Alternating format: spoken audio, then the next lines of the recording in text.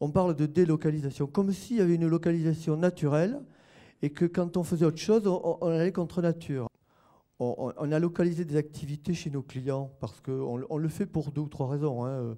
Un, ce sont les assets. Donc, effectivement, et la plupart du temps, dans ce cas-là, on monte des JV. C'est-à-dire que soit on monte notre entreprise, soit on fait une joint venture avec le pays en question. Le deuxième cas, c'est pour supporter nos activités, nos opérations. En tant que motoriste, un moteur, le business model, c'est la vente, mais aussi et surtout la prévente. Donc, mais la prévente, tout le monde aujourd'hui pense qu'on gagne de l'argent avec la prévente. C'est vrai d'ailleurs, hein. Mais il faut aussi s'en occuper. Et pour s'en occuper le mieux possible, il faut être sur place et produire une partie des pièces sur place.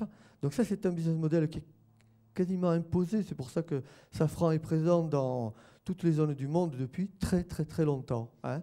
Parce que bon, on est quand même avec notre JV, avec GE, on est quand même numéro mondial des moteurs.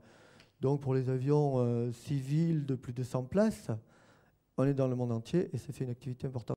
Le moyen que je constate, moi, aujourd'hui, le moyen de s'implanter le plus efficace à l'étranger, il est quand même de créer d'abord un modèle cohérent et qui a du sens, qui amène tout le monde quelque part, et ensuite, eh bien, de travailler ensemble sur ce modèle. C'est-à-dire qu'il faut travailler sur une chaîne complète. Dans certains cas, nous, on a créé à l'étranger des pôles, on amène nos sous-traitants.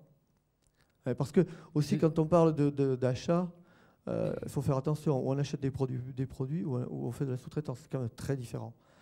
Quand il s'agit de production et de main-d'œuvre en low cost, on a amené nos sous-traitants, lesquels se sont installés autour de nous. Ensuite, on sous-traitait au tissu local et puis ça leur a fait mettre le pied dans le pays, prendre d'autres affaires, etc., etc. Et ça, c'est très, très dynamique et ça marche. Il y a les assets, il y a la proximité, il y a ensuite l'intérêt de travailler en zone low cost ou dollar, c'est évident.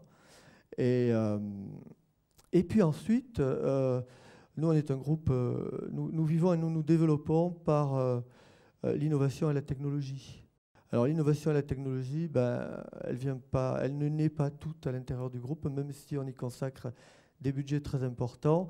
Mais quand on a une stratégie de développement sur des produits, ben, on acquiert des briques technologiques qui nous manquent. Et ça, c'est un vecteur très important qui fait que nous nous implantons à l'étranger. On achète des entreprises partout.